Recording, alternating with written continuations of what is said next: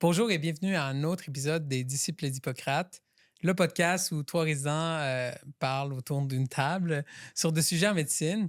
Aujourd'hui, c'est un épisode juste entre nous, hein, dans la saison 2 où on a des invités d'habitude. Là, notre invité aujourd'hui, ça va être Qu'on Olivier. Salut tout le récupère. monde. Donc, le sujet d'aujourd'hui, ça va être vraiment le CARMS 2.0. Là, dans ce cas-ci, ça va être en médecine interne, puis un peu comme les étapes, dans le fond, qui mènent à ça. Puis là, c'est le fun parce que le CARMS, il est terminé. Ouais, T'as matché. ben oui, on a reçu les résultats, on était très contents. Fait que peut-être, si tu veux commencer juste par un rappel de comment ça marche, pourquoi vous avez un deuxième CARMS, qu'est-ce qui justifie le tout? Ouais. Donc, on se rappelle dans le CARMS, là, pour ceux qui ne sont pas en médecine, là, le processus de sélection pour choisir la spécialité. Le premier CARMS, c'est on passe finalement, on fait notre doctorat en médecine, on finit le doctorat en médecine, on rentre en spécialité par le premier CARMS. Puis je vais aller un petit peu plus sur le processus par la suite, mais le but, c'est de choisir notre spécialité. Quand on rentre en médecine interne, c'est un tronc commun, général, où est-ce que finalement, au bout de 3 ans, il faut repasser dans ce processus-là pour choisir vraiment la sous-spécialité qu'on va faire. En médecine interne, là, on parle cardiologie, pneumologie, oncologie. Là, il y en a 17 sous-spécialités comme ça. Ouais. Fait que, on recommence le processus après 3 ans. Ouais. En tout cas, moi qui l'ai vécu juste une fois, je pense qu'une fois, c'était assez pour Une moi. fois, c'est assez. Je veux Mais plus entendre ça. C'est fini. Ouais, mais cette fois-ci, ça doit être quand même un peu différent dans le sens que c'est pas la même compétition, tu connais tes collègues, il y a quand même des intérêts variés. Ouais. Comment tu voyais ça, mettons, comme en rentrant, justement, tu le savais qu'il allait avoir un deuxième course? Tu voyais ça comme une montagne ou tu voyais ça un peu différemment? Notre sponsor pour cet épisode est nul autre que Frédéric Hanna Immobilier.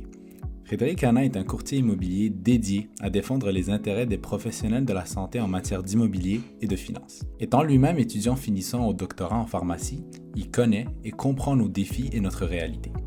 Que vous souhaitiez vendre, acheter ou louer une propriété, Frédéric Hanna Immobilier est la ressource qu'il vous faut. Il offre un service exemplaire, personnalisé et éthique, ce qui rendra votre expérience en immobilier des plus agréables. Allez consulter sa page Instagram sur laquelle vous trouverez du contenu informatif qui pourrait vous faire économiser beaucoup d'argent. Vous trouvez les informations dans la description.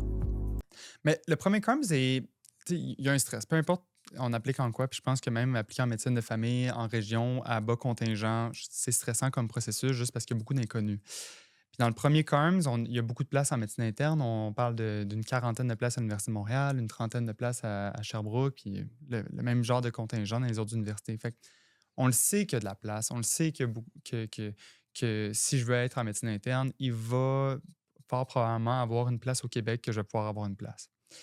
Là, puis c'est des N qui sont très grands. Donc, on parle de plus d'une centaine de personnes qui vont finir par matcher en médecine interne par Ouais. cohorte. Fait que c'est à peu près 10% des résidents en médecine qui rentrent en médecine interne pour la spécialité. Là, la game, elle change complètement quand on est au deuxième CARMS. Ça ressemble plus à ce que vous avez vécu, je pense, au premier CARMS. Les N sont beaucoup plus petits. En pneumo, à McGill, on est 4. À Montréal, sont 4. Les gros programmes, on parle de médecine interne générale, c'est une dizaine de personnes. Cardio, 8 à 10, dépendamment des programmes. Mhm. Fait que ça fait Plus la même game, hein? Exactement. Puis ça fait. On parle au lieu d'avoir un bassin de 1000 personnes au Québec, on parle d'un bassin qui est à 120 personnes, qu'on regarde dans des spécialités à 5 à 10 places, même il y a des programmes qui ont 2 places. Fait que tu connais les gens, tu le sais. Là, tu entends, OK, telle personne, elle veut ça, telle personne, elle veut ça. À telle autre université, il y a telle personne qui veut ça. Puis là, tu commences à faire des petits calculs de finalement, c'est-tu contingenté ou pas. Puis la dernière grosse différence, c'est que je pense que avant de rentrer en médecine interne ou avant de rentrer à la fin du doctorat, finalement, le contingent d'une spécialité reste assez stable d'une année à l'autre. On le sait que, Ouais. par exemple, radio, anesthésie, on le sait que c'est des programmes contingentés, que tu as besoin quand même de te monter un bon dossier. Radio, je pense, me semble, ton année, c'était 2 pour 1, à peu près les candidats qui rentraient. Ouais, ça dépend de l'année, mais oui, c'est rendu contingenté. Ouais. Mais on parle dans à peu près tout le temps les mêmes types de contingents, Mhm. les détails changent, Mhm.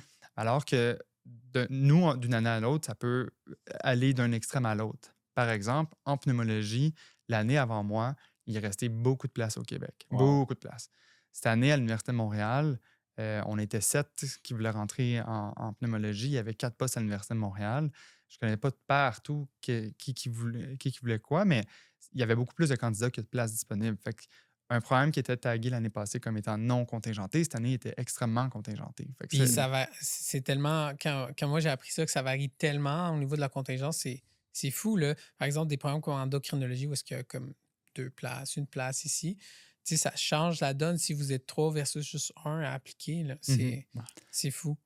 Fait que je dirais que le plus gros du stress vient de ce facteur-là, en fait, que ce contingent-là, tu peux pas le prévoir 3 ans d'avance, tu finis par l'apprendre pas longtemps avant ton camp. Puis c'est quoi ton attitude, admettons, quand tu rentres jour 1, R1, savoir que tu as un CARMS, c'est quand que ça commence justement de monter ton dossier pour ta spécialité, mais c'est aussi parce que je pense que tu sais même pas où tu veux t'en aller. Tu as peut-être une idée via ton expérience à travers l'externat, mais j'imagine que ça change aussi quand tu rentres en résidence. Ça a été ton cas, right? Ouais. Je pense que ça varie pour beaucoup de gens.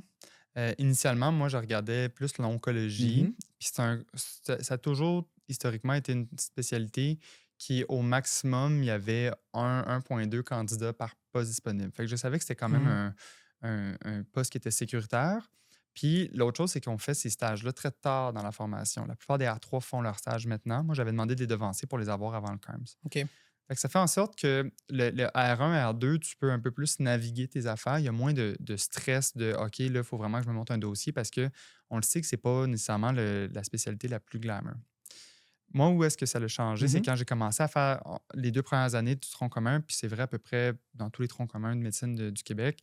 On fait beaucoup de stages généraux dans plusieurs disciplines pour finalement toucher à toute la médecine interne. Puis c'est quand j'ai réalisé que, oh, non, c'est finalement, j'ai peut-être quelque chose vers la pneumologie qui m'intéresserait. Puis là, faire 1 + 1 égale à 2, il y a quand même beaucoup de candidats. Puis, heureusement, j'ai eu cette réflexion-là quand même assez tôt dans la formation. Vers la fin du R1, j'ai eu ce petit doute-là, là, est-ce que c'est vraiment l'oncologie? J'étais encore bien mindé oncologie, mais la pneumologie commençait à rentrer. Fait que j'ai pu changer mes grilles de stage à option. Puis c'est ça, je pense que pour beaucoup de gens, c'est à ce moment-là que ça rentre en ligne de compte. Quand tu fais tes stages à option, c'est le moment de shiner. Idéalement, dans ton stage obligatoire, la spécialité que tu vas aller, tu vas être bon. Si tu veux matcher en cardiologie, quand tu fais tes stages de cardiologie, tu vas être bon. Mais quand tu fais tes stages à option, c'est là que tu s'en vas vraiment voir différents milieux, que tu vas chercher tes lettres aussi. Fait que personnellement, le stress a vraiment monté à partir de début R2, là. OK. Puis ça a été linéaire sur l'année jusqu'à la fin de l'année, au début R3, quand on commence vraiment à remplir nos dossiers CARMS. Puis Là, depuis là, toi que tu avais aussi des stages à option. exact, exact. Fait que je finissais mon année là, du mois de mars au mois d'août. J'avais 2 mois de nuit là-dedans, puis plusieurs stages à Wow. option. Fait que le stress, puis c'est vrai pour beaucoup de gens, en fait, dans la cohorte. Là. À l'Université de Montréal, spécifiquement, là, il y a comme une confluence de facteurs qui font en sorte que nos derniers 6 mois Notre fin de d'R2, R2. là, c'est vraiment là que le stress est au plus haut.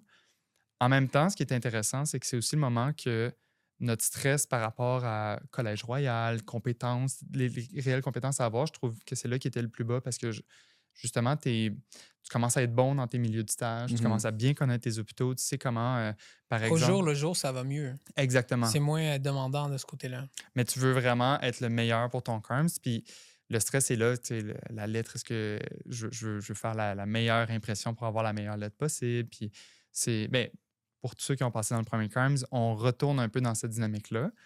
Puis là, tu le sais ce qui s'en vient. Fait que, il y a le côté d'inconnu, au moins, n'est pas là. Mais l'ego est encore menacé. Tu n'as toujours pas de contrôle sur ce qui se passe. Fait que les éléments du ciné là, Clash ciné.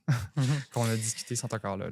Puis, Mais là, puis oui, avant, vas-y. avant de passer, moi, je suis juste curieux de savoir qu'est-ce qui t'a fait changer pour Pneumo. C'est quoi les facteurs qui ont été pris en compte? Puis de... Fait que le plus gros facteur pour moi qui était important à garder, c'était je voulais une spécialité qui a une relation quand même longitudinale avec les patients. Je dis pas que la spécialité est comme ça, mais l'impression que, mettons, cardiologie, on en fait beaucoup à l'Université de Montréal, m'avait laissé, c'est que tes patients, tu les vois quand même rapidement, puis tu passes au prochain appel, puis c'est pas le modèle qui m'intéressait OK. personnellement. Fait que Onco fitait très, très bien dans ce paradigme-là. Ce que je trouvais qui manquait en onco, c'était l'élément d'investigation. Surtout à l'Université de Montréal, mais à travers le Québec, de façon générale, tu ne vas pas voir l'oncologue si tu n'as pas de résultat, un diagnostic prouvé à la pathologie. D'accord.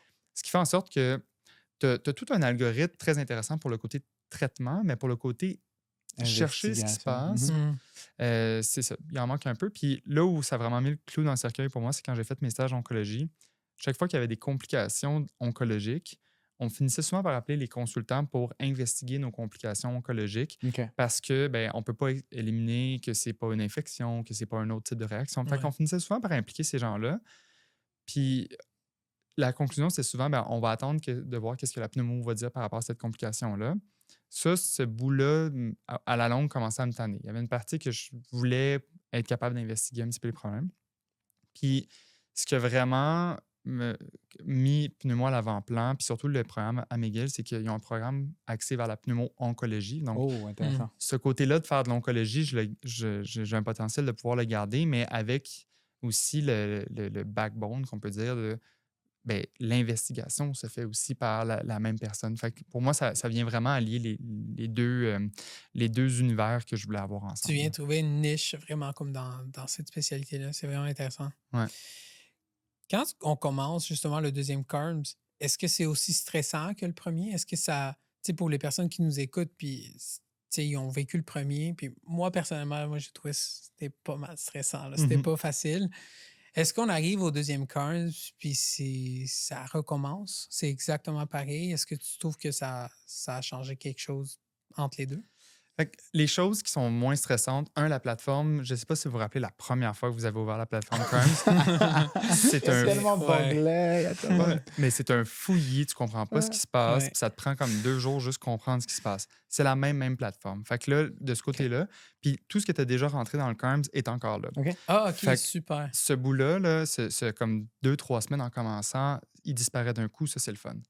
Chercher les lettres, c'est aussi pénible parce que c'est OK. c'est le même esprit. Tu veux demander ta lettre tôt parce que tu veux que le patron se rappelle de toi, mais tu veux pas qu'il te la fasse trop tôt parce que c'est compliqué de le faire rentrer dans le CARMS avec qu'ils doivent l'envoyer par la poste. Non. Puis ça marche pas super bien. Fait que tu attends tout le temps dernière minute. Moi, j'avais le malheur que quand la plateforme CARMS a ouvert, j'étais dans mon mois de nuit. Fait que de texter des patrons à 3 heures du matin, peux-tu me faire ma lettre?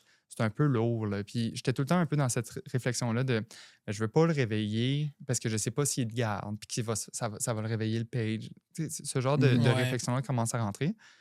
Puis quand les lettres rentrent pas, puis l'autre chose, c'est l'été. Fait que là, c'est les vacances aussi, Ouais. les patrons.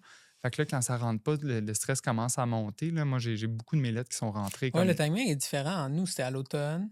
Mhm. Fait que C'est plus nous, ce que- raisonnable puis logique, là, de, Ouais. je veux dire, Puis nous, on comparativement essayait à de l'été. clencher ça avant comme Noël. Mhm. Mais tu sais, mis à part ça, il n'y avait pas trop de stress par rapport à ça. Je suis d'accord. Mais en plein milieu de l'été, Mhm. Ouais. Puis je pense qu'à partir du moment que la plateforme ouvre, tu avais comme 1 ou 2 semaines pour soumettre les documents pour traduction. Wow. Fait que tout est extrêmement rapide aussi. Là, au lieu que ça soit ouvert pendant 3 mois, c'est ouvert pendant 1 mois et 1 semaine 2. Là. Fait que c'est des stress qui sont différents. Le dernier point que je garderais, c'est aussi qu'on a. T'es quand même résident. T'es plus comme externe que t'as pas les gardes, t'as pas la fatigue avec tout ça. T'es capable de vraiment. En fait, j'étais pas capable de me libérer autant de temps que j'avais été capable de le faire comme externe. Là. Fait que c'est. Mais le fait de connaître ce qui s'en vient, de connaître les étapes, c'est quand même pas mal plus facile et plus rassurant. puis justement, au niveau, tu l'as abordé, tu sais, oui, je comprends que tu as moins de temps, mais est-ce que ça fait vraiment une grosse différence pour tout le processus CARMS d'être résident en tant que tel puis avoir autant de responsabilités? Parce que je me rappelle, externe, tu sais, on pensait qu'on finissait tard, là, mais Mhm. on finissait quand même relativement bien, puis on avait le temps. Puis moins de responsabilités aussi, là, on n'avait pas de garde. Ouais. Ou rarement. Ouais, rarement des gardes. Mais moi, je me rappelle externe, j'étais dans mon mois de médecine de famille à Campbellton. Il n'y avait pas grand-chose à faire dans ce coin-là. Fait que toutes mes soirées étaient à faire mes lettres, faire mon camp, tout le kit. Là, c'était vraiment, tu sais, je finissais mes journées, mes nuits de garde aux soins intensifs, puis j'étais claqué, je voulais juste aller me coucher. Finalement, j'avais juste un peu de temps pendant la fin de semaine pour faire le CARMS.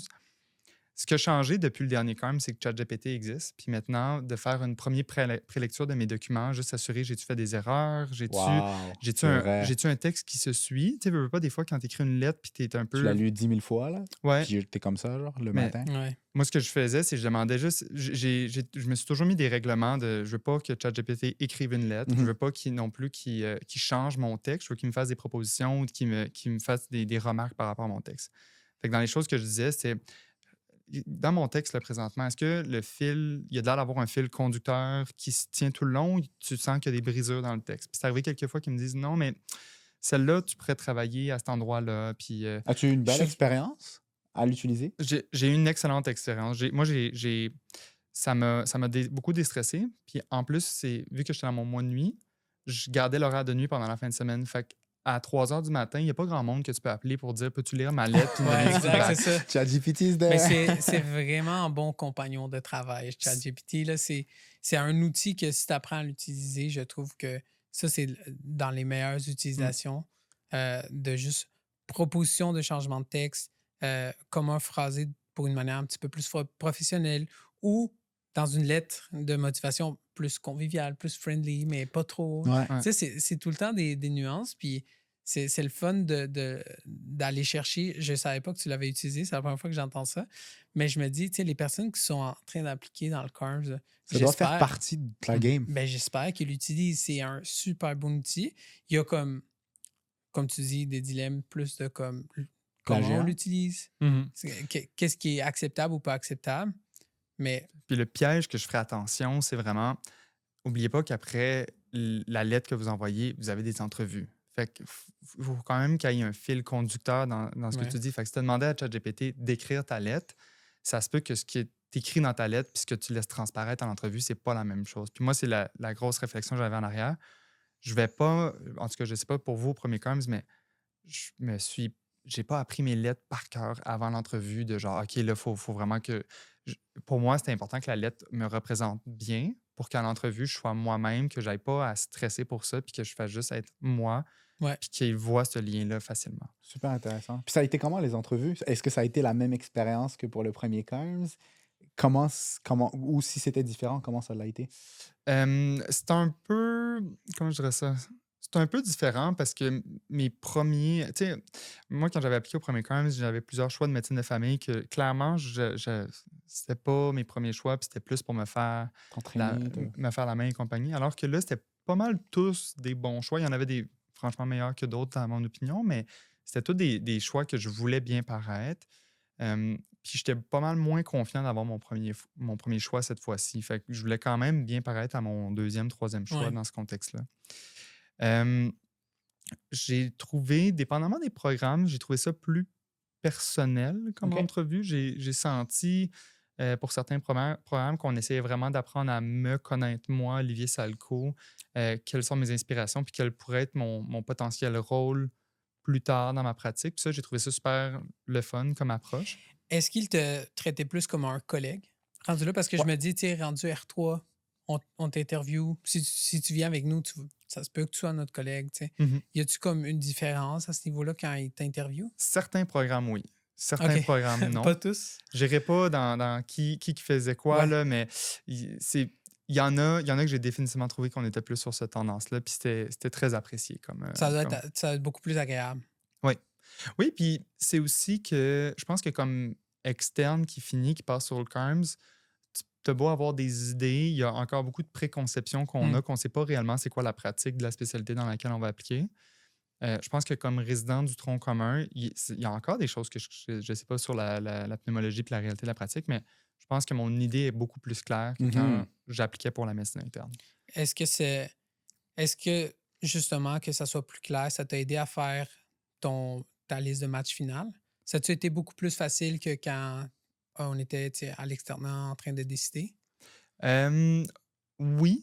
Ben, en fait, moi, c'est ça. À l'externat, j'avais mon bon premier choix qui était très clair, puis mon choix 2, 3, 4 Ouais. que j'hésitais. Puis ça m'a fait un peu la même affaire. Mon premier choix était quand même assez clair. OK. Mon deuxième, entre mon premier et mon deuxième, j'hésitais aussi un petit peu, mais après ça, 3, 4, 5, là, c'était. J'hésitais un peu entre eux autres, mais c'était clair que c'était pas mes deux premiers choix. Fait que c'était. Pour certaines choses, c'était plus facile. Pour d'autres choses, c'était c'était moins facile parce qu'à partir du moment que j'avais pas mon premier choix, je devais toujours perdre quelque chose. Fait que Ouais, je c'était comprends. quand Là, même... c'était des compromis. Exactement. Mais félicitations pour ton match. Félicitations. Merci. C'est comment le C'était- jour du match? En fait- Encore, comparons-le. En Oui. fait, attends, là, il y a eu quelque chose cette année qui s'est passé. T'as été au courant? T'as un Fait- bébé? Non, non, non. Non. Fait que pour Mais, ceux qui ne le savent pas, le match, comment c'est supposé fonctionner. Ah oui, le bug! Ah, exact! Le jour du match, tu ouvres la plateforme Carms, il y a un nouvel onglet qui apparaît puis qui dit ton match, ou je ne sais plus comment qu'ils le mettent. Tu ouvres ça, puis là, ça te fait un beau certificat. Ceux qui ont vu ça passer sur Facebook, vous le savez, là, ça ressemble à Vous quoi? avez matché en pneumologie à McGill. Exact. Ce qu'on a appris, c'est que dans l'arrière-plan, il y a des systèmes de contingence. Par exemple, si le jour du match, le site du Carms plante, ils mettent en arrière certaines contingences pour être capable de quand même donner les résultats. Donc, 5 jours avant le match, on a reçu un courriel disant « Félicitations, tu as matché en pneumologie. » Moi, j'étais en vacances, en vélo camping dans le fond de l'île du Prince-Édouard. Je vois ce message-là, je comprends pas. Est-ce que c'est un bug? Puis il n'y a pas de contexte. J'ai eu mon premier choix, fait que là, tu te dis, est-ce que c'est juste qu'ils ont envoyé un courriel à tout le monde Avec son premier choix. avec le premier choix? Puis là, ce qui est plate, c'est que tu commences à être content quand tu entends que d'autres mondes ont eu leur deuxième choix ou qui ont nos matchs. Tu te dis, OK, Ouais. ça a vraiment de l'air d'un C'est- résultat réel. Fait que pour moi, ça a été... J'étais avec un de mes meilleurs amis. Ça a été super. Ça ne pouvait pas être des meilleures conditions. Mais pour des gens qui n'ont pas eu leur premier choix, qui ont vécu des déceptions, je pense que c'est la pire façon Ouais. de vivre ces Puis en déceptions-là. stage, là, il y a certaines personnes qui étaient en stage sur l'étage. tu Oh sais, ils my tournaient- God. Ben oui. C'est sorti à comme 3-4 heures de l'après-midi. Là. Ouais, Fait qu'on est c'est- tous c'est- à l'hôpital habituellement quand on n'est pas en vacances. Là. C'était la pire façon de recevoir ces résultats-là pour les Parce qu'au déceptions. moins, je veux dire, quand tu sais que c'est le 10 octobre à midi, tu te mets dans un contexte pour recevoir la nouvelle, qu'elle soit bonne ou mauvaise. Genre, je me Exact. rappelle pour Exact. notre premier Carms. Puis je veux dire, moi, j'avais comme ma façon dans laquelle je voulais ouvrir avec ma famille puis avec ma femme. Fait que c'était... Mais là, tu ouvres tes courriels puis tu vois ça, j'arrive même pas à imaginer mon mindset à ce moment-là. Mhm. Puis c'est ce qui était hallucinant pour moi, c'est que, tu sais, moi, je t'ai parlé quand il y avait encore le flou de comme, OK, mais c'est-tu le vrai match ou c'est-tu une erreur? Beaucoup de Puis gens se il faut attendre demandaient. parce que tu n'as pas actually eu ce match-là, puis il faut que tu attendes la vraie réponse. Puis ça, c'était pour certaines personnes, ben, en fait, j'avais croisé un collègue de médecine interne qui était qui finissait sa journée, puis on s'est croisé au casier pendant que j'étais au téléphone avec Salco. Puis c'était ça, c'était comme, ouais, je suis comme vraiment content, mais en même temps, je sais pas si c'est réel. Je veux pas puis être trop content. Je veux pas être trop content. C'était quoi la réaction du Carms? C'est quand que vous avez su que, OK, non, c'est vraiment ce que j'ai eu? Ça a pris 2 heures, 2 heures et demie. Ils ont envoyé un courriel. En fait, on a été probablement tous, pas tous, mais une bonne partie des gens ont eu le même premier réflexe, appeler le Carms, puis comme, qu'est-ce qui se passe? Personne n'a réussi à parler au Quelqu'un du Carms Carms. pendant les premières 30 minutes. Après 30 minutes, il y a eu des rumeurs que des gens au téléphone, ils se seraient fait dire oui, d'autres rumeurs que non. Fait qu'on était encore dans le brouillard. Puis ça a pris un bon 2 heures, 2 heures et demie avant qu'on reçoive un message de hey, en passant, c'est vrai, désolé, c'est une erreur de notre part, mais ce que vous voyez, c'est ça qui se passe. OK. Puis le lendemain ou une semaine après, on a reçu un email du Carms en disant un peu plus qu'est-ce qui s'est passé, c'est quoi Une l'erreur qu'il y a eu. explication un peu plus détaillée. Ouais, mais OK. ce qui était choquant, c'est plusieurs choses. C'est tu sais, par exemple, moi, je suis représentant sur le comité de programme du programme de médecine interne. Fait que quand j'ai vu ça, mon premier réflexe a été d'appeler mon directeur de programme pour dire comme hey, en passant, comme je sais pas si vous avez reçu le courriel, mais nous, on vient de recevoir ça. Puis lui, il a jamais rien reçu de son côté. Fait que OK. ça, c'est la première chose. Fait que la personne qui va prendre tout le backfall des mauvaises nouvelles est même pas au courant que ça s'en vient. Puis la deuxième chose, c'est je comprends pas que ça ait pris 2 heures. Tu sais, on aurait pu avoir une communication beaucoup plus rapide disant on essaie de comprendre ce qui s'est passé, on vous revient, on le sait pas, mais on est au courant qu'il y a un problème puis on travaille là-dessus. Là, c'est vraiment une espèce de flou pendant 2 C'était un heures. silence radio. Ça, Il y avait personne qui savait rien, puis c'était vraiment un flou. Wow. Ouais. Fait que je pense pas qu'ils vont refaire la même erreur. C'est le genre de choses qu'il y a une personne quelque part qui a fait une erreur, qui vont changer leur processus, mais c'était quand même toute une péripétie pour notre cohorte. Ouais. Puis, je veux dire, maintenant que tu l'as vécu 2 fois, là, je veux dire, dans le podcast, Puis on a déjà fait des épisodes sur le CARMS, puis on a essayé de donner des conseils, mais là, je pense qu'il n'y a personne sur cette table qui est mieux placé que toi pour en donner. Fort de ton expérience après 2 CARMS, qu'est-ce que tu recommanderais aux gens qui sont en ce moment dans leur CARMS, qui sont en train d'appliquer pour se donner les meilleures chances? Mhm. La première chose, comprenez bien le programme dans lequel vous allez, puis comprenez les forces et les faiblesses du programme dans lequel vous allez. Moi, je pense que c'est une des choses que j'avais faites au premier CARMS, mais je trouve que j'ai mieux fait à ce CARMS-ci. Euh, Surtout parce que c'est ça, à un moment donné, le CARMS veulent choisir aussi, comme tu disais tantôt, Alain, ils veulent choisir un collègue et Mhm. compagnie. Puis si tu n'es pas capable de dire ce qui finalement distingue ce programme-là d'un autre programme, c'est pas intéressant pour le programme de vous prendre juste, en tout cas, sur ce critère-là. Fait que moi, j'avais quand même mis plus d'emphase pour mieux maîtriser c'est quoi les forces OK. des différents programmes. Puis aussi faire un parallèle entre, oui, il y a ces forces-là, moi, il y a ces intérêts-là, comment qu'on peut matcher ces éléments-là. Puis l'onco pulmonaire à McGill, il y avait un beau narratif dans mon dossier. Ça fit aussi avec leur culture de milieu. Tu sais, il y a une liaison qui était facile aussi. Puis après ça, c'était plus naturel pendant l'entrevue. Tu sais, on n'avait pas besoin de forcer des arguments. C'était clair qu'il y avait une espèce de fit. Puis Mhm. en fait, c'est l'entrevue que j'ai trouvé qui a le mieux été parce que justement, tout s'attachait super bien. Ouais, ils Euh, venaient chercher un candidat qui avait un peu, eux, de leur côté, qu'est-ce qu'ils recherchaient vraiment. Fait que tu fitais vraiment Mhm. dans leur Exactement. programme. Puis je pense que c'est ça qui est le plus facile, c'est si on a une bonne idée de où est-ce qu'on s'en va, puis c'est quoi les points forts qu'on veut aller chercher dans le programme. Puis pour le premier camp, je pense que c'est correct de ne pas avoir une idée claire à très, très long terme. Essayer de s'en faire une, mais au moins, en partant de ce que la force du programme, on est peut-être capable d'au moins se faire une idée au long terme aussi dans le processus. Puis, peut-être pour terminer, maintenant, ça fait 2 Carms que tu as fini. Comment ça se passe en stage après que la poussière soit retombée? Ouais. Ben, la particularité du tronc commun, c'est qu'on a un collège royal qui suit. Fait Ça que finit jamais! je pense qu'au mois de mars, je vais mieux respirer là, après les examens. Présentement, le stress du CARMS a juste changé vers le stress du collège royal. Fait que ça va mieux. J'ai moins la pression de performer pour être beau pour une lettre, là. Hmm. Mais là, c'est vraiment, j'ai la pression de je veux acquérir le plus de savoir pour mes examens. Ça Euh, change un peu la priorité durant tes stages. Exactement. OK. Exactement. Puis ça fait en sorte que maintenant, mon temps libre, je le passe pas à monter un dossier, je le passe à étudier pour des examens puis vraiment connaître des critères de coin de page, là. Puis à tourner Super. des podcasts. Puis à tourner Puis des à- podcasts à temps perdu. Bon, en tout cas, Excellent. moi, je trouve ça super intéressant de parler Moi aussi. du Carms 2.0 là, que tu as passé. Puis je l'ai vécu plus du côté comme juste ami, mais c'est le Mhm. fun de l'analyser puis le décortiquer. Fait que, est-ce que tu as un dernier mot pour cet épisode? Ouais, moi, j'aurais un mot pour tous ceux qui hésitent à rentrer en médecine interne à cause du deuxième CARMS. Mhm. Autant que c'est un stress aigu qui est pas le fun, on aimerait tous ça ne pas l'avoir. Je pense pas que ça devrait vous retenir de rentrer en médecine interne. C'est une belle spécialité. Il y a de la place pour tous les types de personnes. Vous auriez été super bons les deux aussi en médecine interne. Fait que pour ceux qui écoutent et qui se disent ah, je veux pas un deuxième CARMS, c'est pas si pire que ça. Quand vous allez y arriver, vous allez être bon pour passer à travers cette étape-là. C'est vrai, c'est Parfait. cool. En anesthésie, on n'a pas de CARMS, puis on est cool. Same here. En tout cas, merci beaucoup. Yes. Merci à vous deux d'être ici Merci à toi, Alain. pour cet épisode. Puis c'est ça qui conclut l'épisode d'aujourd'hui. N'hésitez pas à nous suivre sur Instagram et sur toutes les plateformes de diffusion de podcasts. Puis on se revoit au prochain épisode.